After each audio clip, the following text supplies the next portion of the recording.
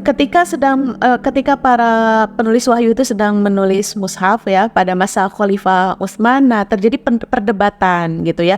Ada yang mengatakan bahwa Al-Anfal itu surat terpisah gitu ya. Al-Anfal satu surat, Al-Baro'ah satu surat gitu ya, surat yang lain, surat yang berbeda. Ada juga yang mengatakan bahwa Al-Anfal dan Al-Baro'ah itu satu surat. Jadi untuk menengahi perbedaan pendapat ini, maka yang mengatakan itu satu surat gitu ya, yang mengatakan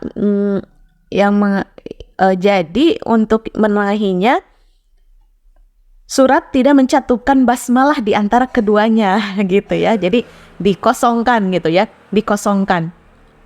Antara surat Al-Anfal dan surat At-Taubah itu ada garis kosong ya, dan tidak mencantumkan basmalah gitu ya.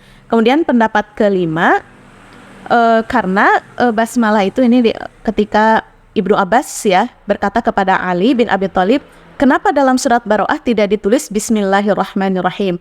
Kemudian Ali menjawab, karena lafaz basmalah itu mengandung makna keamanan dan keselamatan, sedangkan surat Baro'ah turun dengan pedang ya, maksudnya turun dengan di situ menjelaskan tentang peperangan gitu ya. Nah, maka tidak dicantumkan basmalah. Senada dengan perkataan Al-Mubarrad bahwasanya basmalah merupakan pembuka untuk suatu kebaikan ya. Makanya kita kalau apa-apa kan ya, mau melakukan kebaikan apapun selalu diawali dengan basmalah. Sedangkan awal surat ini adalah ancaman dan pemutusan janji gitu ya. Allah dan Rasulnya terlepas dari orang-orang musyrik gitu kan. Oleh karenanya tidak diawali basmalah. Nah, di antara pendapat-pendapat ini hanya sebagian pendapat saja yang saya utarakan. Di antara pendapat-pendapat ini mana yang lebih kuat? Maka pendapat yang kuat adalah tidak ditulisnya basmalah di awal surat Baro'ah karena Jibril alaihissalam datang kepada Rasulullah SAW dengan membawa surat ini tanpa basmalah ya. Karena Al-Quran ini la mahalla lil aqli gitu ya, tidak ada ruang untuk akal ya untuk mengintervensi. Misalnya ayat ini di mana itu sudah ditentukan oleh Allah gitu ya. Surat yang pertama apa, surat yang kedua apa, kemudian ayat ini di mana itu semua adalah hak Allah Subhanahu wa taala ya. Tidak ada intervensi, bahkan Rasulullah SAW pun tidak mempunyai kewenangan ya untuk mencampuri ini. Pokoknya istilahnya itu adalah tauqifi ya. Tauqifi harus sesuai dengan wahyu. Oke, sekarang kita masuk ke keutamaan surat At-Taubah ya. Nah, di keutamaan surat ini kita harus jeli ya, harus teliti dan harus mengkaji karena banyak sekali hadis-hadis yang menjelaskan tentang keutamaan surat ya, surat apapun, akan tetapi derajat hadisnya tidak sahih ya, derajat hadisnya banyak yang dhaif, bahkan maudhu ya, bahkan palsu gitu. Makanya kita harus hati-hati. Jadi jangan sampai ketika kita membaca atau mendengar hadis tentang keutamaan satu surat ya, kemudian kita langsung percaya, langsung menerima ya, tanpa menganalisa terlebih dahulu gitu ya, tanpa meng-cross check terlebih dahulu bagaimana derajat hadis ini. Nah, sekarang di sini ada hadis tentang keutamaan surat At-Taubah akan tetapi derajatnya maudhu ya, alias palsu. Apa nih? Dari Ubay bin Ka'ab radhiyallahu anhu dari Nabi SAW, beliau bersabda, barang siapa yang membaca surat Al-Anfal dan Baro'ah, maka aku akan memberikan syafaat untuknya di hari kiamat dan bersaksi bahwa dia terlepas dari dari sifat nifak. Diberikan kepadanya seluruh kebaikan sejumlah orang munafik laki-laki dan perempuan. Arasy dan malaikat yang memikulnya akan beristighfar untuknya sepanjang hidupnya ya. Dari redaksinya juga kita nanti kan ketika belajar hadis ya, ada hadis bagaimana kalau redaksi yang benar-benar dari Rasulullah SAW gitu ya. Dari redaksi hadis pun kita sudah bisa menentukan, oh ini mah kayaknya bukan dari Rasulullah SAW gitu ya. Nah, ini salah satunya, ini salah satu hadis maudhu tentang keutamaan surat gitu ya. Oke. Sekarang kita beralih ke kandungan surat At-Taubah. Surat ini menjelaskan tentang, yang pertama ya, surat ini menjelaskan tentang manhaj atau aturan yang harus dijalani kaum muslimin dalam bermuamalah dengan orang musyrik, ahli kitab, dan orang-orang munafik. Tidak bisa dipungkiri ya teman-teman bahwa kita hidup di lingkungan yang beragam ya, tidak hanya di lingkungan orang Islam, tapi kita pun hidup di lingkungan ada orang Islam dan ada orang yang non Muslim gitu. Sehingga bagaimana nih aturannya nih, bagaimana cara bermuamalahnya nih, apa saja batasan-batasannya apa saja ya, koridornya apa saja nih. Maka Allah menjelaskan hal ini di surat At-Taubah ya, apa saja yang boleh, apa saja yang tidak boleh. Kemudian yang kedua, isi dari surat At-Taubah ya, kandungannya adalah membuka tabir tentang orang-orang munafik, golongannya dan sifat-sifat mereka. Juga menyibak perilaku mereka di masyarakat muslim ya. Ini sebagai petunjuk bagi kita gitu ya, sebagai guide untuk kita. Karena Al-Quran ini kan tidak hanya relevan untuk zaman Nabi Muhammad SAW saja gitu, tapi Al-Quran ini adalah petunjuk untuk kita sampai hari kiamat. Otomatis kondisi-kondisi orang-orang yang dijelaskan dalam surat At-Taubah ya, sifat-sifat kemunafikannya itu akan ada gitu, akan bermunculan. Nah, untuk preventifnya apa gitu ya, untuk preventifnya kita mengetahui bagaimana sifat-sifat munafik itu ya, kita baca surat At-Taubah, mengkajinya gitu ya, mendalaminya, mentadaburinya, sehingga kita bisa terhindar dari sifat-sifat munafik. Juga ya, kita bisa membatasi muamalah kita, membatasi diri kita ya dengan orang-orang ini gitu ya. Kemudian yang ketiga adalah menjelaskan banyak hukum dan petunjuk yang diperlukan oleh pemerintah nih ya, yang bergelut di sektor pemerintah gitu ya. Silahkan dipelajari surat At-Taubah ini ya. Kemudian pembahasan terakhir adalah korelasi ya, atau hubungan antara surat Al-Anfal dan surat At-Taubah ya. Pasti ada munasabat, ada munasabatul ayat, ada munasabatus suar. Munasabatul ayat itu korelasi antara ayat per ayat ya. Masya Allah ya, jadi Al-Quran ini, andaikan Al-Quran ini bukan kalamullah gitu ya, pasti akan terjadi kekacauan ya, akan banyak kesalahan, akan banyak ketidaksinkronan gitu ya, akan banyak kontradiktif gitu ya. Tapi karena Al-Quran ini adalah kalamullah, maka kita tidak pernah menemukan satu kesalahan pun. Nah, maka yang akan kita bahas sekarang adalah korelasi antara surat Al-Anfal dan surat At-Taubah. Yang pertama adalah surat Al-Anfal berbicara tentang perang Badar, dan perang Badar ini adalah perang pertama ya, perang pertama antara kaum muslimin dan kaum musyrikin, terjadi di tahun 2 Hijriyah ya. Nah, sedangkan di surat At-Taubah itu dijelaskan perang Tabuk, dan perang Tabuk ini adalah perang terakhir ya, perang terakhir yang diikuti oleh Rasulullah SAW. Jadi surat Al-Anfal menjelaskan perang pertama, yaitu perang Badar, yang di surat At-Taubah itu perang terakhir, yaitu perang Tabuk. Yang kedua, surat Al-Anfal menjelaskan tentang peran orang munafik dalam menyebarkan fitnah tentang kaum muslimin ya. Sedangkan di surat At-Taubah Allah membongkar rahasia-rahasia mereka. Oleh karenanya surat ini dinamakan surat Al-Fadilah. Nah, kalau di surat Al-Anfal gitu ya, bagaimana orang-orang munafik ini berencana gitu ya, merencanakan, berstrategi. Nah, di surat At-Taubah semuanya dibongkar gitu ya. Semua yang mereka tutupi dengan rapat ya, dengan halus gitu ya, tanpa diketahui apapun gitu ya, tanpa orang curiga, itu di surat At-Taubah dibongkar seluas-luasnya ya. Oke. Yang ketiga, isi surat Al-Anfal mirip surat At-Taubah. Oleh karenanya tidak ditulis basmalah di awal surat At-Taubah sebagaimana yang dijelaskan oleh Utsman bin Affan ya. Oke.